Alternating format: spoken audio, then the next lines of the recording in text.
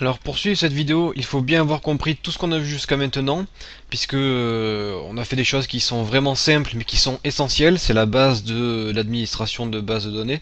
Donc il faut vraiment être sûr d'être au point jusque là. N'hésitez pas à tout regarder une nouvelle fois, hein, ça fera pas de mal, histoire de bien tout comprendre. Et là, je vais vous montrer des requêtes un tout petit peu plus complexes que l'on peut faire avec Access en SQL. Donc, je vais vite fait ouvrir mes tables. Donc, on va travailler pour le moment sur les tables clients et formation. Donc, on voit que dans notre table client, on a des clients qui ont des noms différents. Ce que je vais faire, c'est que je vais créer un deuxième Dupont. Je vais créer un deuxième Dupont et je vais vous montrer une petite requête SQL que l'on n'a pas vue jusqu'à présent.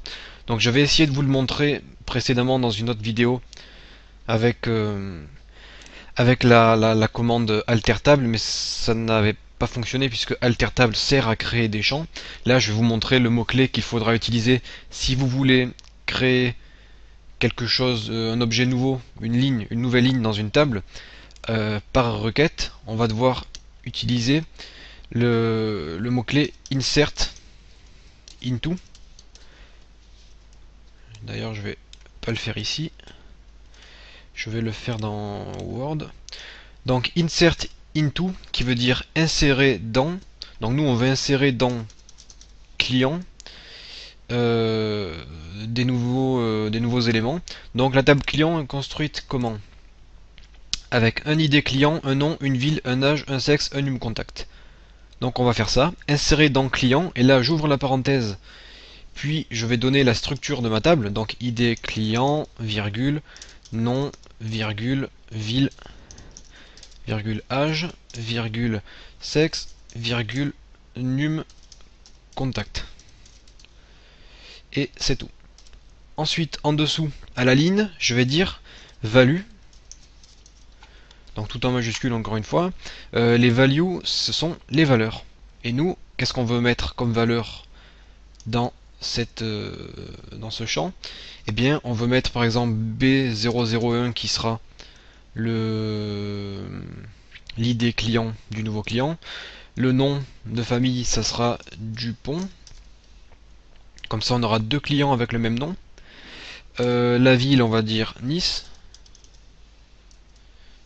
L'âge, on va dire 17. Sexe, on va dire homme. Et num contact, on va dire 0,08. Voilà. Donc là, on a donné nos valeurs. Je mets un petit point virgule à la fin. Je copie cette requête et je vais la coller dans, dans Access. Donc là, je suis pas sûr que les guillemets comme ça vont être prises en compte, puisque Access en général prend les guillemets à l'anglaise. Oui, donc erreur de syntaxe, comme je vous l'ai dit. On va devoir utiliser les guillemets que vous avez sur votre clavier. Vous voyez que ce ne sont pas les mêmes guillemets qui sont utilisés par Access et par Word. Donc je remplace tout manuellement.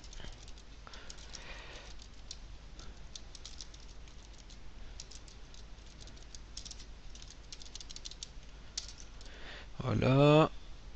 A priori, c'est bon. Là, j'exécute. On nous dit attention, nous allons ajouter une ligne à la table client. Oui. Et là, je vais sur ma table client et rien n'a été modifié, évidemment, puisqu'elle est ouverte.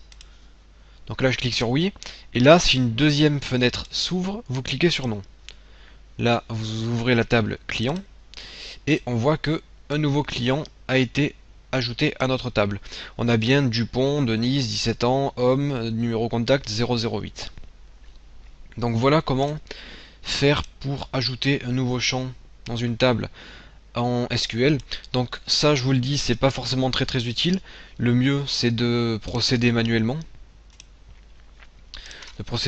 Comme ça, 008, 008, 1, 2, 3, 4, 5, 6, 7, 8, 9, 8, voilà.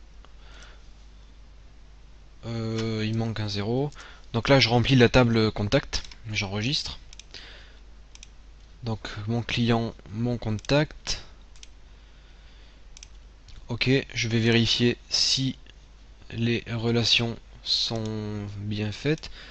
Ok, voilà, donc là j'ai ajouté un nouveau client à ma table. Ce que je vais faire maintenant, c'est, par exemple, je voudrais afficher les noms de mes clients ainsi que les noms de mes formations, mais tout en même temps. En fait, je veux pas faire de distinction entre le nom d'un client ou le nom d'une formation. Donc ce que je vais faire, déjà sur Word, on va utiliser le select, puisqu'on veut faire un select sur le nom, mais on va dire distinct. Select distinct nom from client. Donc distinct, ça veut dire qu'on veut pas avoir de doublons en fait. On veut sélectionner tous les noms distincts de la table client. C'est-à-dire qu'on a fait exprès de créer un second Monsieur Dupont pour qu'on puisse voir si notre requête fonctionne. On veut afficher qu'un seul Dupont si on en a plusieurs. Donc pour cela, on va utiliser le mot-clé distinct comme ceci. Et on veut afficher aussi select distinct nom from formation.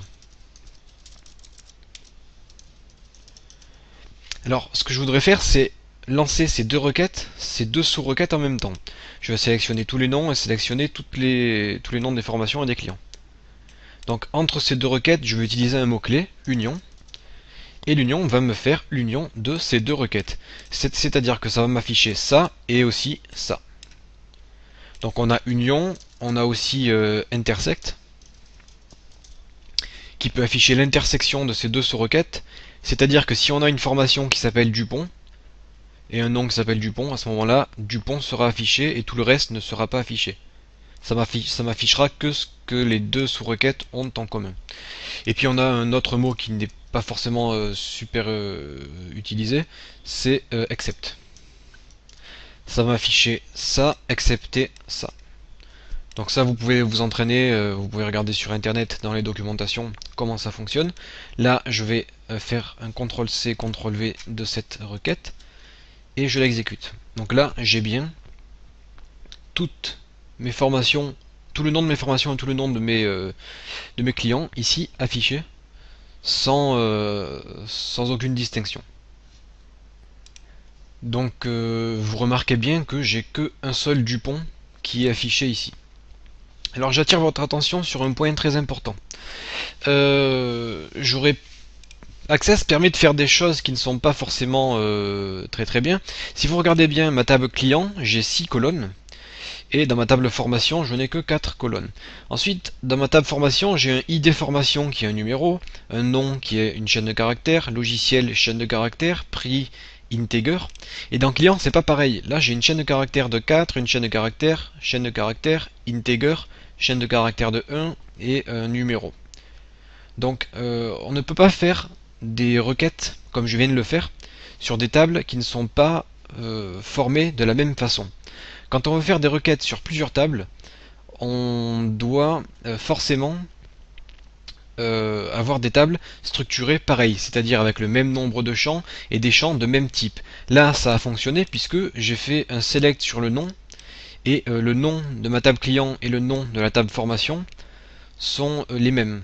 C'est-à-dire qu'ils ont exactement le même type. Après, imaginez que je fasse un select distinct âge from client union select distinct nom from formation. Eh bien je vais demander à Access de faire une requête sur un âge et sur des noms et de tout mélanger. Et Access va pas pouvoir faire ça. Si vous mélangez des integers avec des chaînes de caractères, c'est pas bon. Donc il faut vraiment faire attention lorsque vous faites une requête de travailler sur des champs qui sont de même type. Par exemple, si je fais select étoile, c'est-à-dire tout de client, et select étoile de formation, je vais avoir une erreur, je fais exécuter, et là j'ai une erreur, et on me dit que le nombre de colonnes des deux tables ne sont pas les mêmes, et que les types ne correspondent pas, donc l'union n'est pas possible. Donc c'est ça que je tente de vous expliquer. Faites bien attention de travailler sur des choses qui ont le même type. Ensuite, avant de clore la vidéo, je vais aussi vous montrer comment faire pour supprimer quelque chose d'une table. Donc nous on a ajouté un nouveau client. Si je veux le supprimer, le mieux c'est de faire clic droit ici dans la colonne de gauche et de faire supprimer l'enregistrement. Et en requête, on peut faire ceci, delete, ça veut dire supprimer from, supprimer de client, where client point nom égale Dupont. Donc en fait on fait delete from client et là on indique ce qu'on veut supprimer. Donc si on fait ça, ça va supprimer tous les Dupont. Donc il faut dire where client.nom égale Dupont et même pas, on va dire id client égale B001. Where client.id client égale B001. De cette façon, on a identifié de façon unique le client que l'on veut supprimer. Et si on fait ça, eh bien ça va supprimer notre client de la table.